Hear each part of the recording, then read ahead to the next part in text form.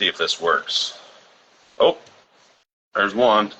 See if we can get this to work. What's up, buddy? My internet is not very good at this new house, so I hope it works. Hopefully. Hopefully we can get all three on here without any issue. I sent Trey an invite, so see what happens. Unable to join. Okay, let's try. There we go.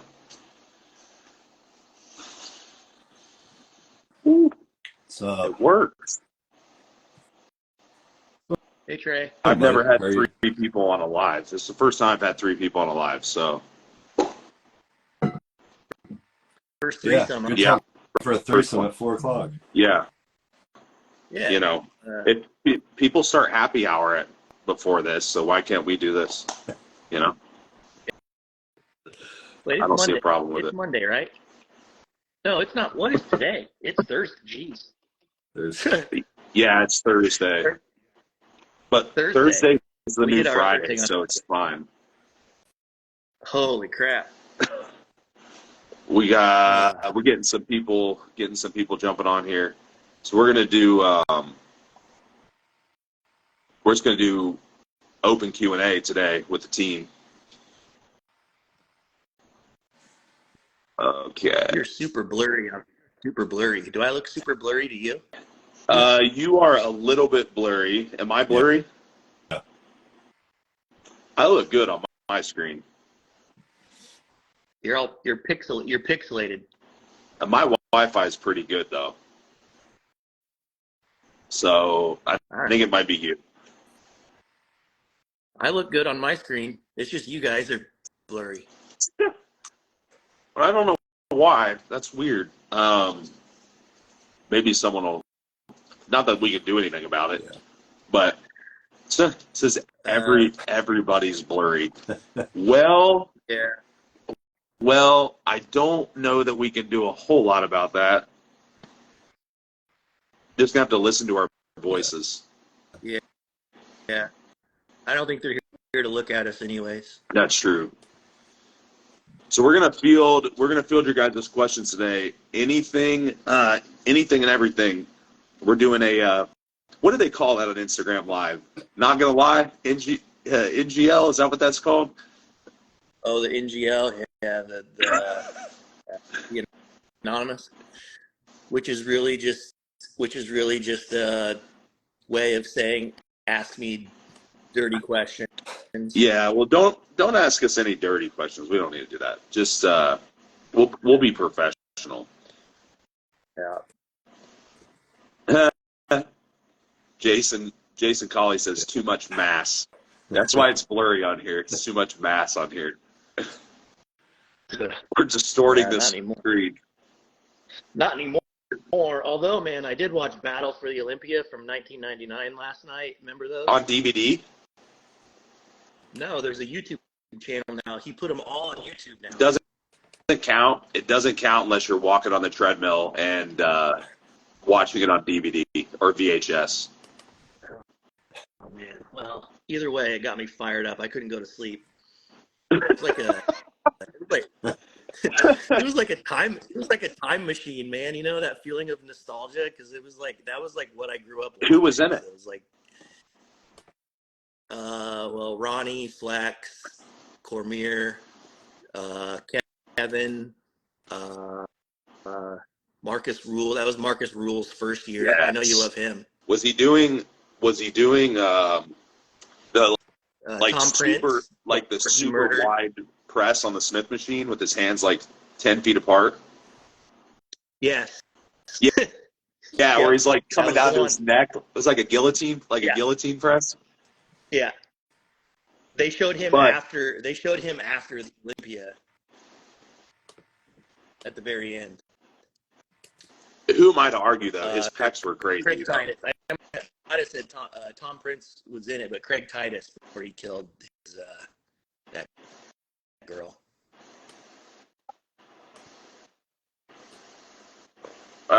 let's see. We got some messages here. Let's see. You guys can drop any questions in here you have for us today. Anything contest prep, functional health, lifestyle, gen pop, supplementation, nutrition, training.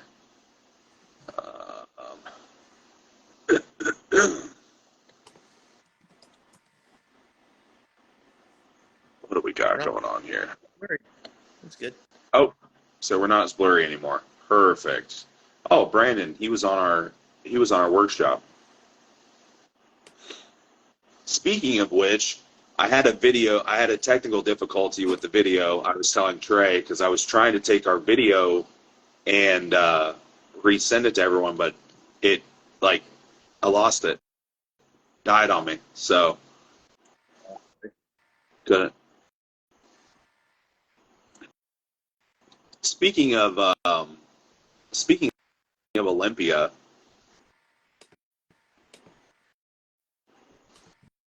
what are your guys' predictions for the Olympia?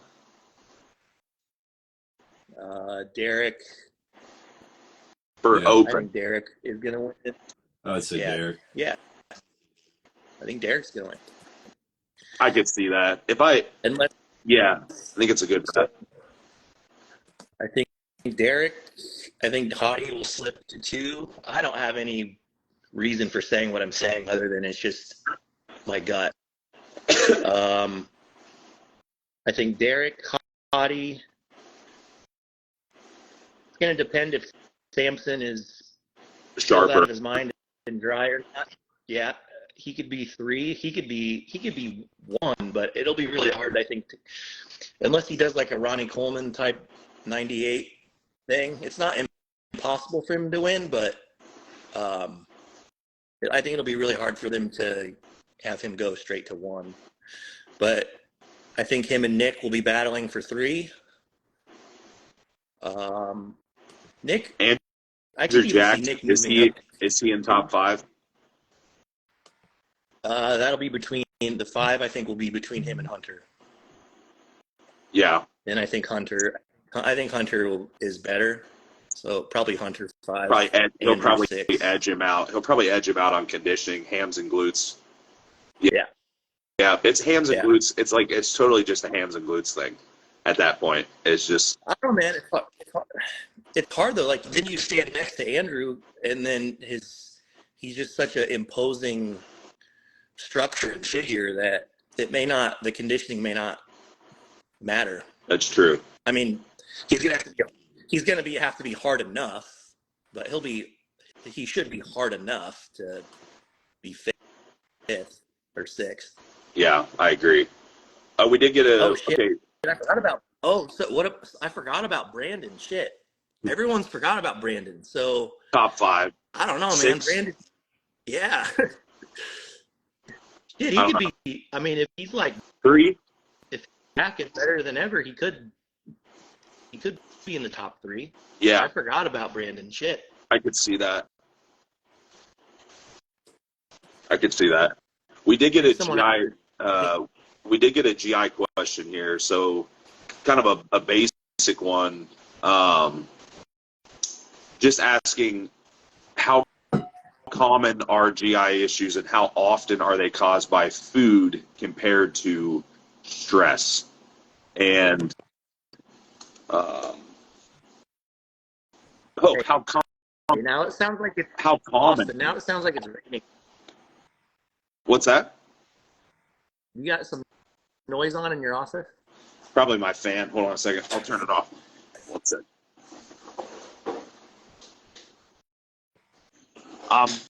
I'm 400 pounds and I have my AC on 60 in here and a fan on to keep me cool. Is that better? Yeah, that's better. Okay. Yeah. So how common are GI issues and how often are they caused by food compared to mental stressors? Would you venture to say that over 75% of new clients have a GI issue? Yeah. What do you define GI issue? That's a good question too. So, well, how about this? How about I think a better question would be like a GI issue would be considered something that was severe enough that it was actually impeding your physical progress. right? Because you could have some low grade stuff going on that's not necessarily going to impede your physical progress to any extent. Yeah. So maybe 75 is probably too high, but maybe 50, 25 at least. 40 to 50. Yeah. With that definition, yeah. Without that Yes. definition, 100%. Okay. Yeah. Yeah, that's fair. That's fair. And then how often are they caused by stress versus food? And we kind of talked about this. I don't know. I think we kind of talked about this in the workshop a little bit, and that the vast majority of them are definitely stress driven because they're not. For first thing to think about is like what type of client is it? A competitor? Because a competitor, the only real downsides with food of a competitor are A, they sometimes lack variety, right? They eat the same 6 things all the time, or B, they do have periods. Competitors tend to have more periods of very high food, right, and more extremes of deficits. So that's kind of a thing. Whereas Gen Pop could obviously just be eating poorly, Yeah, altogether. But every one of the cases has a stress component. We'll say yes. that. All, yeah. Yeah, I agree. I want to hear what Trey says.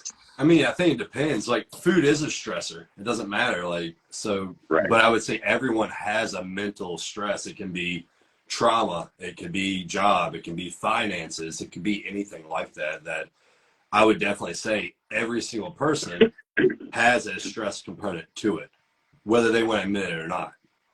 It's whether they understand whether it's most people when they're thinking stress, they're thinking, oh, my wife cheated on me, or I'm in a divorce, or I lost my job. And that's not what we're talking about.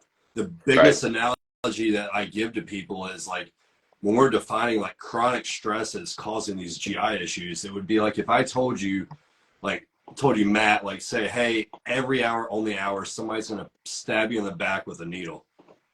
After a few weeks of that happening, you're not going to notice it anymore, but that doesn't mean it's not digging a hole in your back. Right. And so like that's the stuff that I'm finding that I always have to explain to people, that it's our stress perception. It's the chronic, it's the small stuff. It's the getting pissed off at stoplights, or your boss riding your ass, or your wife spending your money, or it could be anything like that. Or heck, with the election coming up, like me and Matt were talking to someone about this the other day. Like, if you talk about just global or political stuff, that is a stressor that most people are not thinking about. Right.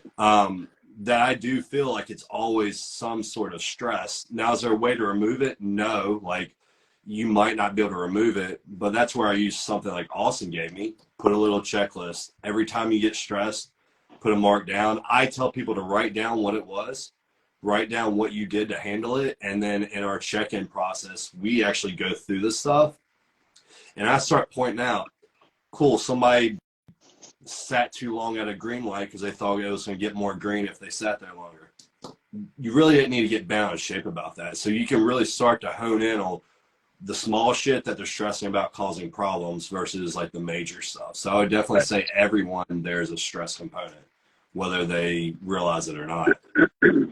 I always use the needle thing's good. I always use the Chinese water torture as like a, you know what I mean? Like eventually that water drip on your forehead is going to be a problem, even though the first 100 drips you might not even care. Yeah. But I think that's a perfect way to explain it.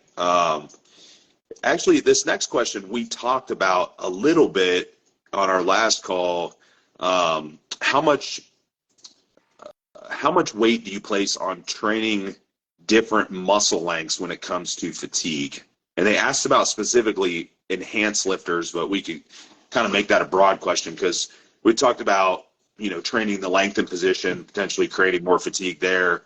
But specifically the question is, how much weight do you put on that? So is that actually something from a fatigue standpoint that we need to monitor consistently? And I'll let you guys go. I have an answer for that, but I'll let you guys chime in first if you want. First, Matt. Absolutely 0% thought into that. Yeah. None. I don't think about it that way. I don't like the people that get. I've been doing this for so long now, and the people that get caught up in all that stuff are usually have no muscle. Yeah, I Like mean, they're just. I would say, That's one of my dude. That's my best friend. One of my best friends being Nick Loft, which is the training guy, right? So it's like I understand it, but people don't. The general person doesn't. They're like so caught up in that, and there's a million other things that they can do to, worry about. well, and the thing about Nick though is Nick is strong as hell, and Nick actually lifts heavy weights, and by default has gained muscle. You know what I mean? Like there's like a level of application there where he still understands that he has to progress within his training to accumulate tissue, right? So Yeah.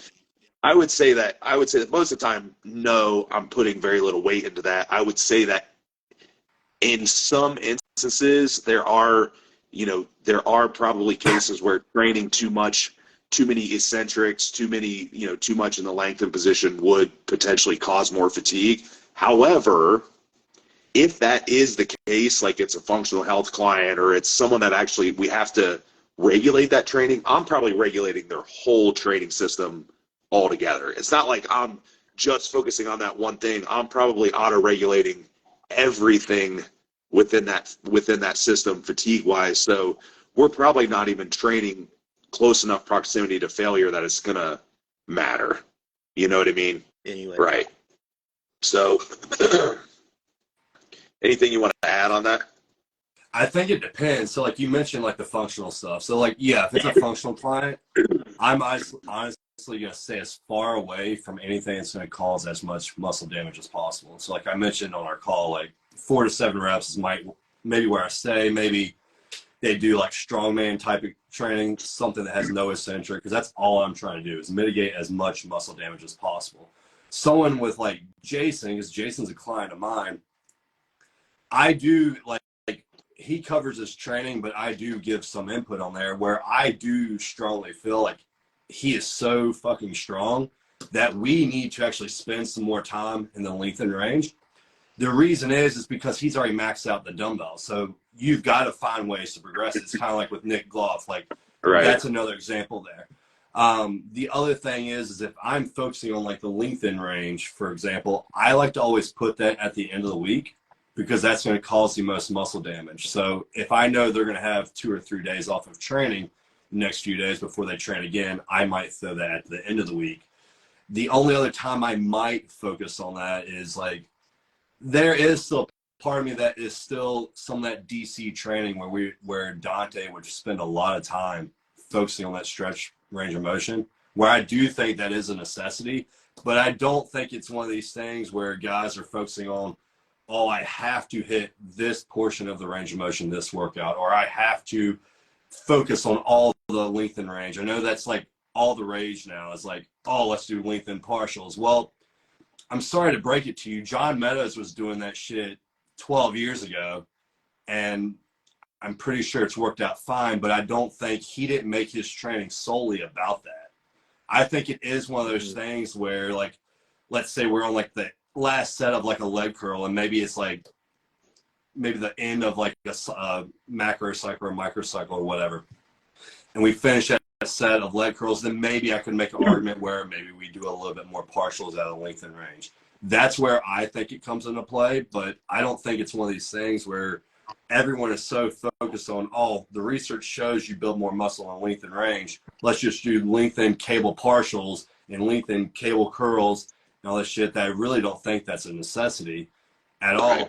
The other thing I think about is the chance of injury. Think about how heavy you have to load it in that length and range of motion.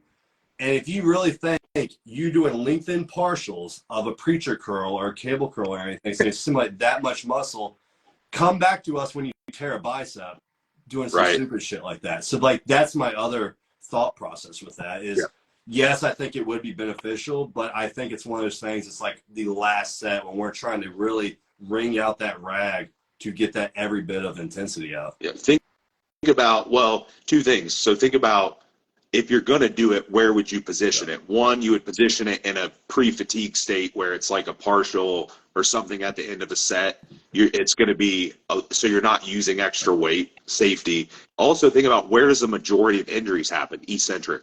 Yes. Eccentrics are where the majority of injuries to connective tissue happens, right? So I surely probably wouldn't want to like continuously try to load eccentrics, because I certainly know that if I'm in a bench press, I can hold a hell of a lot more weight and lower a hell of a lot more weight than I can press back up. But I don't know if I want to put 5 plates on the bar and try to lower it slow. You know what I mean? No. So yeah. The only two movements Trey just said that perfectly. The only two movements that I'll apply that to is leg curls, like he said, and lateral raises. That's pretty much it. Yeah. I do it on my Maybe calves. I do it at the end of my calf sets too, because calves, yeah. little and parcels calves, in there. But calves, poor little calves. You can. Well, what can you do? Yeah. Someone asked about endometriosis. Any tips on reducing endo pain if estrogen dominance wasn't a factor? So, okay. I'll start on this one. So for this one, endo is really driven by two things. One is, a lot of people think it's an estrogen-driven disease, which the reason for that is because the tissue is stimulated by estrogen, generally the receptor sites. Now, that's why if you look at when endo pain happens, it happens at certain times during the cycle. When estrogen rises, they'll tend to have that pelvic pain around those times of the cycle. The second thing, though, is that endo by some is also considered an inflammatory or autoimmune disease. So without having the inflammatory component, you're probably going to have very little pain, because generally those people with high inflammation or autoimmune conditions also have things like GI issues, slow liver clearance, things like that. So they have estrogen issues because of that. So really, first and foremost with endo pain is, if you have an estrogen issue, why do you have an estrogen issue? Because we know that most of the time it's because of poor clearance. But first and foremost, if I'm seeing endo, the things I'm going to be looking at are GI issues, autoimmune type conditions. So if we're looking at GI maps, for example, like our secretory IgA or anti-gliadin, Enterobacter, like all these inflammatory bacteria potentially. So most of the time, endo does have an estrogen component, but it's not the primary driver. It is very much immune system driven, cytokines. You think of this inflammatory storm that you're going to have. So that's where a lot of the endo pain really stems from, and that's what you have to hone in on. I would say like the gut stuff is the major stuff. I mean, if you look at like studies, usually endo correlates with like SIBO. So I do feel like if you're addressing like the SIBO, if that was the case, you're going to fix that. And then maybe, what was the exact question? So I can. They just asked, do you have any tips on reducing endo pain? So he mentioned PEA. PEA is like one that I use. Yep, I like that one. 600 milligrams, 2 to 3 times a day. There's a few different. Good luck finding it. I mean, unless you're getting it through a clinic, almost everywhere's out of stock of it right now. So good luck finding it. NAC is another one that I always do. I usually do a very high dose NAC. And then the last one is modified citrus pectin.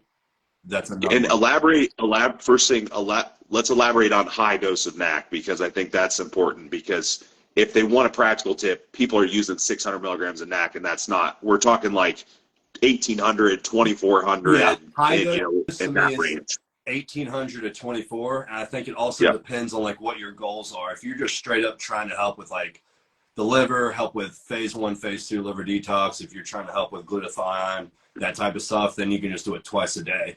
In a case with like endo, I'm going to space it 3 to 4 times a day, because I'm going to use it as a biofilm remover as well. So I would use something like that. The modified citrus pectin is another one. That's a binder. If you're going to take that, don't take anything else with it. But again, like that might not be something I go straight for, because that supplement's so expensive. But like in terms of the two most common things, it's NAC. PEA is game changer for pain. I like to use a combo of GHK and PEA. That works extremely well. There's a Australian company that makes it. I can't even think of their name, but that's usually what I go with. But the biggest thing is addressing what is causing it in the first place. Yeah. You didn't just get it because of estrogen. Right. It's less likely the estrogen in the first place. Yeah, I like the I think it's an orthomolecular brand. PEA is a really good quality, but like Trey said, this stuff's everything's almost out of stock with that stuff almost all the time. You can sometimes you can get it from like iHerb or different overseas stuff, but then you can pay for. I mean, how much money do you want to pay for it? I guess is the question. Okay, that was the last one there. Oh, did I miss any? Oh, okay, another one. How do you know when it's time to start PEDs? There's a question. Do you know? Do you ever know when it's time? I tell you what time it is. It's time when you're forced onto TRT because you ruined your testosterone levels. Then you're pretty much there. You go.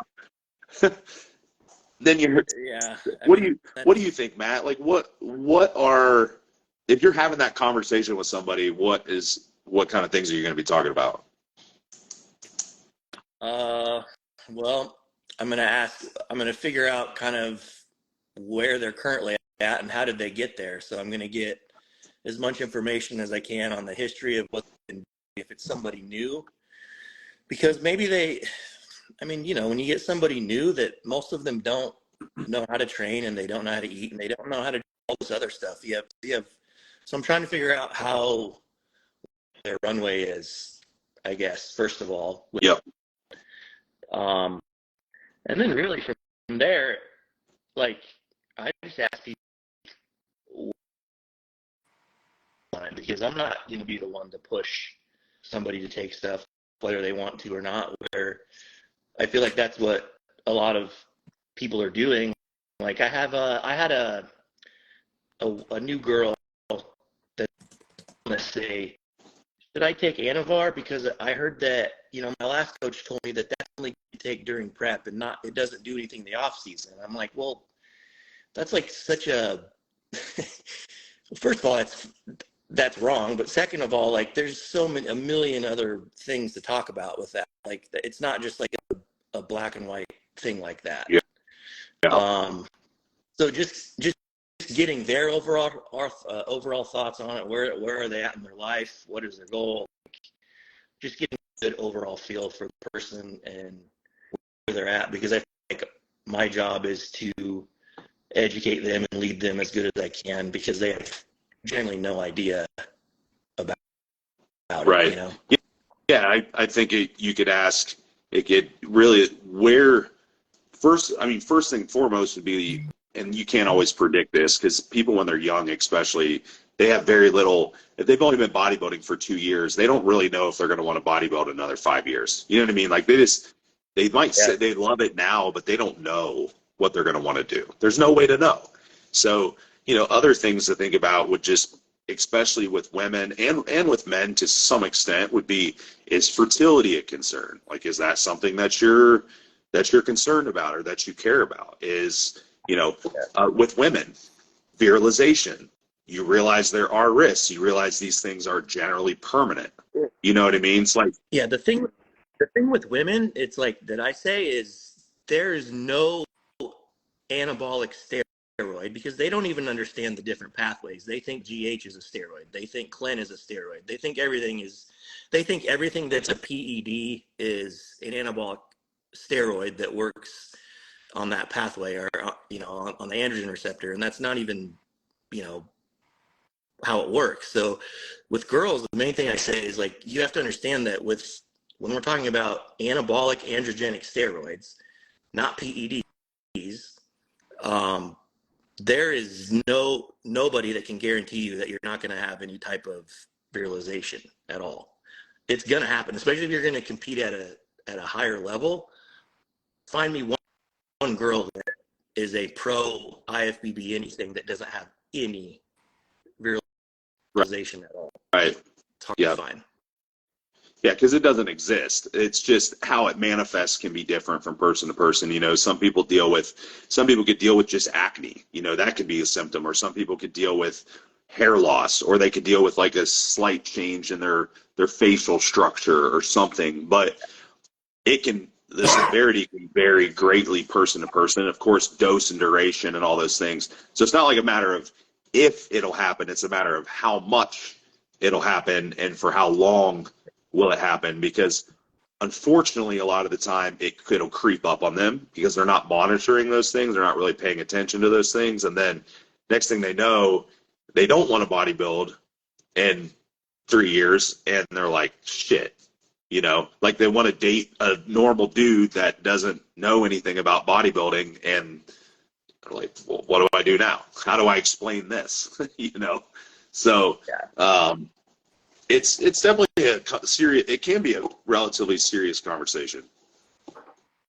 Yeah. Well, it should be. Yeah. Trey, I know you don't deal with these people anymore. I mean, I deal with bodybuilders still. I don't help the girls, but this is the way I think about it. Like, is this so? Like, y'all are thinking more like where they're at. Like, there's so much more I'm thinking about because I get more of the younger kids. I get the 17-year-olds and 20-something-year-olds that jump on it. I started at 20, and I regret jumping on as much shit as I did at 20 years old. So the way I think about it is this: is one, can you financially afford quality stuff? Can you afford the testing? Because I'm going to make you do it in labs every 4 to 6 months. Are you going to afford any of the supplements I recommend? I'm going to explain the cost of that. Cool. Are you going to listen to what I say? Like, so if you have this issue, are you going to be prepared to pull back, or are you going to keep going forward and listen? If not, cool, it's probably not for you. Are you going to check your blood pressure? Are you going to check blood glucose? Are you going to, if you're with a partner or a spouse, are you going to tell your spouse? Probably not. You probably should, because I can't tell you how many guys I've gotten a fucking divorce because they weren't honest. It's not because you were taking the PEDs. It's because you weren't honest. So if you couldn't be honest about that, what else are you lying about? The other thing I tell these younger kids that are still living at home with mommy and daddy, cool. Are you going to tell your parents and let them know? You probably should. You're on their insurance. I'm sorry to break it to you. When they show up at your house, they're going to bust every wall down to find what they want. They're going to cuff your fucking parents and your siblings. And are you understanding that that's a risk you're willing to take? Are you going to understand the legal ramifications? Like, that's stuff that I'm thinking about. The other thing is, what is your end game? Are you just a recreational bodybuilder that wants to put on 10 pounds of muscle? Cool. Here, a little bit of testosterone is more than enough, and maybe a little bit of insulin, if you're going to listen to what I say, is more than enough. Like, you don't need anything else. Are you actually trying to compete? Cool. How far are you looking to compete? Because I'm going to be honest, like, of course, I wanted to turn pro when I was competing. That is all I focused on. I didn't focus on anything else. That's why my now marriage almost wouldn't have worked if I continued on that path. So, like, that's stuff that I'm thinking about when I'm considering, hey, are you ready for that? The other thing is, are you new to the game? Did you just start training yesterday? Yeah, okay, you probably don't need drugs for another 3 to 5 years. Because I'm willing to bet, like, Matt, were you a teenager, I'm assuming, when you started? All right. Yeah. So you 18? Yeah. 18. All right, so you're close to where I did. You were probably already training probably since you were like 12 or 13. I started at 12. Yeah, I benched like 405 for reps. And See, like, I was already training. I started training at 12 for wrestling. Austin was already training. So, like, we already had time in the game. Austin was already probably working with a coach by that time. He obviously had, like, the TRT stuff going on. I had already been working with a coach for 5 years before I touched a thing. So, like, that's what I'm looking for is, like, are you willing to take all the stepping stones before you do that? If not, I'm probably not the coach for you in the first place. But also, you probably don't need to jump on gear at all. Like, that's stuff that I'm thinking about. I'm not thinking about just, like, from what their goal is. I'm thinking about everything all encompassing, because it's not some magic pill. Like, as soon as you stop, trust me, as soon as you stop, it all goes away. Like, I'm 175 pounds soaking wet compared to 220. So, like, it goes away when you stop. And that's stuff that I think a lot of people do not think about when they're wanting to compete or they're wanting to jump on gear. Now with females, yeah, I don't touch on that. I just tell them, hey, like when I did used to help them with that, just prepare, you're going to have some sort of effect. If you're not wanting an effect, cool. The only things you're going to want to stick with is growth hormone, insulin, metformin, injectable carnitine. That's all you're going to be able to stick with, and maybe some peptides. Other than that, expect to have some sort of male-like effect that you're not going to like, and they're probably not going to be able to be reversed. Yep. Yeah, so there's definitely a lot of considerations, and unfortunately now with YouTube and TikTok and all this shit, that it is so trendy and normalized and cool, and it's like people are like, man, I really appreciate the honesty and transparency. I'm like, yeah, but it doesn't mean doesn't make it right. It doesn't mean that you need to do it. So no.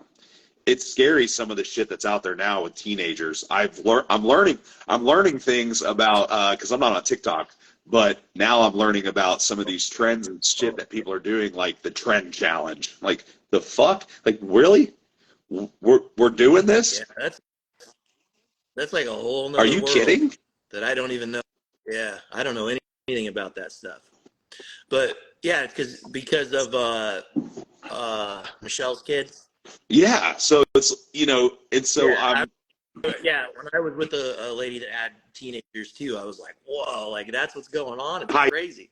I know. I was actually blown away, and I went upstairs and talked to the youngest. I'm like, have you seen this? Are your friends doing this? And if they are, don't. Yep. You know what I mean? Like, Yeah. no, this is absolutely not acceptable. But that shit's wild, man. I got a question for you guys. I got a couple guys that started Accutane. Well, a new guy that was already on it, and then another guy just started it. I'm assuming with a decent amount used it. What was that you cut up? Yes, no. Broke up on that last question. I'm assuming what was the last part? I'm assuming you guys have worked with a decent amount of people that have gone through a run of that, because I haven't. Yeah, so like the guy Brett that I posted yesterday, that guy, he's like 23, I think. He's ran through numerous rounds of it. Didn't do squat. I've had a couple clients that have run it. They've never had acne ever again. But also, we did a GI map, and they had every overgrowth you could think of and every GI issue you could think of after taking it. So I don't think it's a necessity. I think, just be prepared. There's going to be some liver burden, and there's a good chance it might not fix it. So, let's say hypothetical, if it was a hypothetical person that had that, I'm first looking at their cycle. What do I need to adjust there? So, with my guy, I was lowering his testosterone, manipulating his masteron to balance that ADE ratio. Then we realized, cool, he had a lot of issues with a lot of foods. So we just addressed the gut lining. We made sure he was getting fat-soluble vitamins, so we added some TUC in there as well. Vitamin A, like Matt, if you ever have anyone that has a skin issue, acne, cod liver oil. Have them do a tablespoon of the Carlson Labs one. Vitamin A is the biggest deficiency you're going to see of someone that has acne. So if you do that, that will help so many ways. It's going to help with inflammation as well. And then stomach acid is the next biggest thing that you're going to see if someone has acne. So a simple thing you could do like a tablespoon of apple cider vinegar, dilute it in some water. Just make sure they dilute it. Otherwise, the ACV will eat the enamel off their teeth. And they're not going to be happy with you. Do like a tablespoon with every meal. Dilute it with like a shot glass of water. Take it the middle to the end of that meal. And that's like a good starting place you could do. It's not that the Accutane doesn't work. I think it is hit or miss. But I think the key piece here is this more of like a hormonal issue where we need to adjust some things? Is this a GI issue? Is this they're so stressed out that they have low stomach acids, a nutrient deficiency issue? That's just the stuff I'm thinking about before they get on Accutane, because I've seen it be hit or miss. I've had a couple guys do very well on it because that's the route their doctor took with them. And then like the guy yesterday, he's had zero success from it and done numerous rounds and nothing happened. The other thing you can do is you can do a tea tree oil soap is one, or you can do like a Nizoral and put a few drops of tea tree oil in there. That way, if it is related to yeast, you're getting the yeast part, but then you're also, the tea tree oil is antibacterial. That's one thing. And then AZ Clear, it's I think it's azetic acid. I think that's the name of it. But AZ Clear is like a more direct way that I might have someone take that for like, I don't know, 6 to 12 months. And then the last thing, maybe look at sleep, like cleanliness. Are they changing their sheets multiple times a week? Are they showering? Like, that's other stuff you can think of. But if you look at the vitamin A, you look at stomach acid, blood glucose regulation is another one.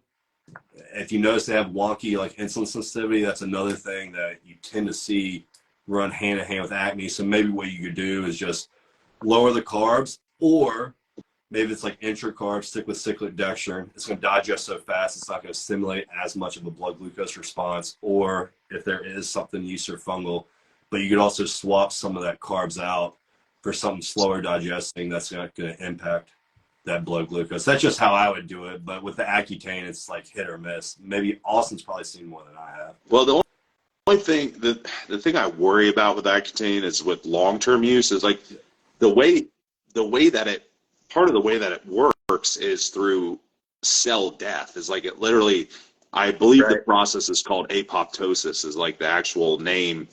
But to my knowledge, and I'm not an expert on Accutane, but to my knowledge, it is not selective in the sense that it works on sebaceous glands, so like the oil secreting glands and stuff that cause acne. But I've definitely seen literature that suggests that it actually affects like the hypothalamus, it affects different glands in the stomach and stuff. So there's been cases of long-term Accutane use where it's literally, screw up your endocrine system, right? Your adrenal glands, your liver. Obviously, we know the liver effects, but GI issues. So, my concern would be like with continued use of having permanent cell death. You know what I mean? And a lot of those tissues and causing hormonal issues and stuff downstream. So that's what makes me nervous about it. I don't know that I don't know that it's like they took the standard run of it, like, for a certain duration of time, because this really was meant to be taken for a duration and then stopped and not used again. Right. But obviously people will repetitively use it. So, take that for what you will. Yeah, no, that's what I was wondering, because that's the stuff I was reading, but I haven't seen it actually applied. So I was wondering in like the real world application, what the stuff, if you were seeing any of that. But yeah, that was all really good stuff. I just wanted to hear your guys's what to look for on that. Thank you. I like the vitamin A thing that Trey mentioned too, because that's kind of an unknown nutrient deficiency that a lot of people don't talk about. And vitamin A is actually, I remember that at one of my appointments with Dr. Serrano, he actually told me that he feels that that's one of the most common nutrient deficiencies. It is. Yeah. ADK. Yep. Yeah. What do you guys think of the most? I would say ADK. Probably B vitamins after that, I would say, or if we're talking just vitamins and not minerals, then probably those, and then it would have to be like a B vitamin deficiency probably thrown in there. Folate. Vitamin A is like, I'm B12. pretty sure like worldwide, vitamin A is like the biggest deficiency. I can't remember who posted about it, but the cod oil is an easy thing, Matt. Like, you just do it. It tastes like shit, even with the lemon flavor, but it works. They're getting vitamin A, vitamin E, vitamin D, and then they're getting a higher ratio of EPA to DHA versus like a normal fish oil. They're just going to get more EPA, lower DHA. Especially if it's an enhanced guy, the cod liver oil might be more beneficial for that. But also, if he is someone that's going to take tren, there's a lot of like studies that shows how much DHA is important for like Alzheimer's. So if you think about with tren, there's a lot of studies on Alzheimer's and dementias and how it affects things. So like that's like another thing that maybe you think about using, but I've actually replaced all fish oil with just cod liver oil. Yep. I It's very use it quite a cheap bit. too. Yeah, you can get it in pill form Yeah. also. It's just, it doesn't have as much DHA and EPA in total. So it wouldn't be equivalent to taking like 3 fish oil capsules or 4 fish oil capsules. So it's not going to be, you need probably a little bit Yeah. more. But And the vitamin A is a little bit less. Like I think if you use the Carlson one, like a tablespoon, I can't remember the comparison, but get the amount of like vitamin A and everything in terms of their capsules, it's their super omega 1000 one. I think it's like 8 capsules a day, and they're spending so much more money when they do that to get that same amount of fat in there. They're getting so much more vitamin A. So that's why I always get the liquid if possible, because there is such thing as a vitamin A like toxicity, but that's more with like direct supplementation, not so much with like food. So like, yeah, the vitamin A thing is crucial. a lot of the foods contain more beta carotene anyhow, which is a lot less toxic. But you want both. You want the retinol form. Yeah. But beta carotene's pretty difficult to overdose. So like that would be like sweet, yams and sweet potatoes and stuff like that, like the red and orange colored type foods. Yeah. I did have a guy that was going to the doctor, and none of them could figure out why his palms were yellow and shit. Definitely, Yeah. dude. So I actually went through a kick one time when I was dieting, and I was doing pumpkin because it was like voluminous, you know what I mean?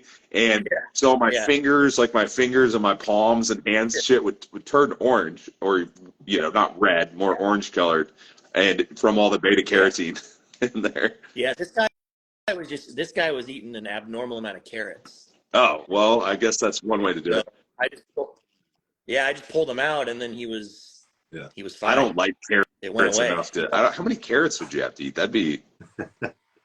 Who likes carrots that much? It was quite a bit. Like every meal. That's funny. That's like a weird bodybuilding thing to do, is eat carrots. But I guess pumpkin is not very bodybuilding like either.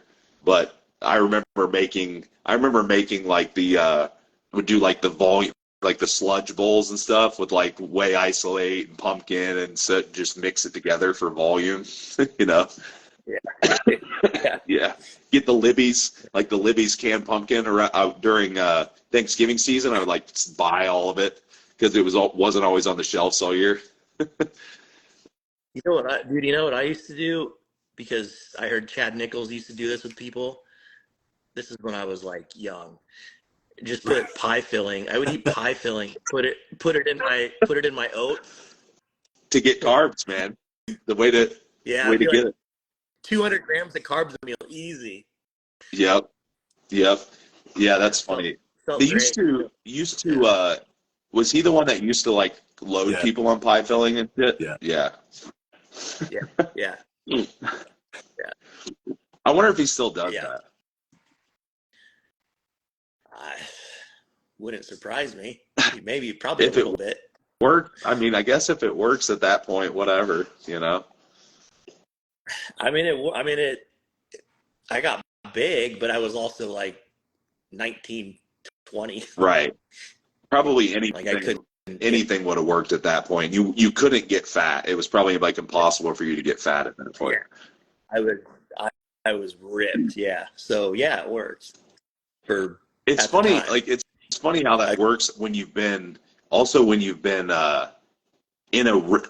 I haven't been like, I go through off seasons and stuff all the time, but I've been at least decently lean for so long that I don't know it unless I just stop doing everything that I could possibly eat enough to get fat.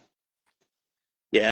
And even then you couldn't, because you're hungry. You just wouldn't be hungry, man. Like last year when I didn't train like almost all year, like at all. And I would just eat a couple times a day. I just like hungry. Right.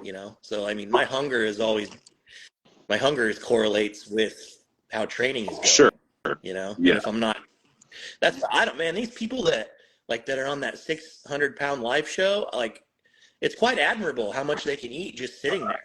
Dude, I don't know how, because from Well, and a lot, here's what actually happened. My theory with that, because I was talking about this on, I did a whiteboard about this, or no. I was talking about this on a call the other day about it's got to be a leptin resistance thing. Like once you get to a certain point of obesity, because leptin should always rise as you gain weight and eat more. Rise. Now, but what they find is that is like an invert. That's a U curve. So eventually, if you get too fat, then there's leptin, but you're resistant to it, right? So Leptin. it's like now you're getting hunger signaling and you're not getting satiated, even though you have all this adipose tissue. And so it almost like it is admirable. It's crazy, but at the same time, so what you're saying is you got to force feed. You got to force feed yourself into. You got to break of through that leptin wall and force feed resistance. yourself. You got to break through. You got to break. Phase 1 is break through the insulin. Get insulin resistant. Phase 2 is get so fucking fat that then you're leptin resistant, and then you can just not stop eating. You just eat nonstop. But that's what the conversation I was having was actually on post show, because what I was talking about was when people get fat too fast post show is they overshoot those leptin levels. Like you get fat up to here, but leptin has not caught up, right? So now you're fat and your metabolism still sucks, right?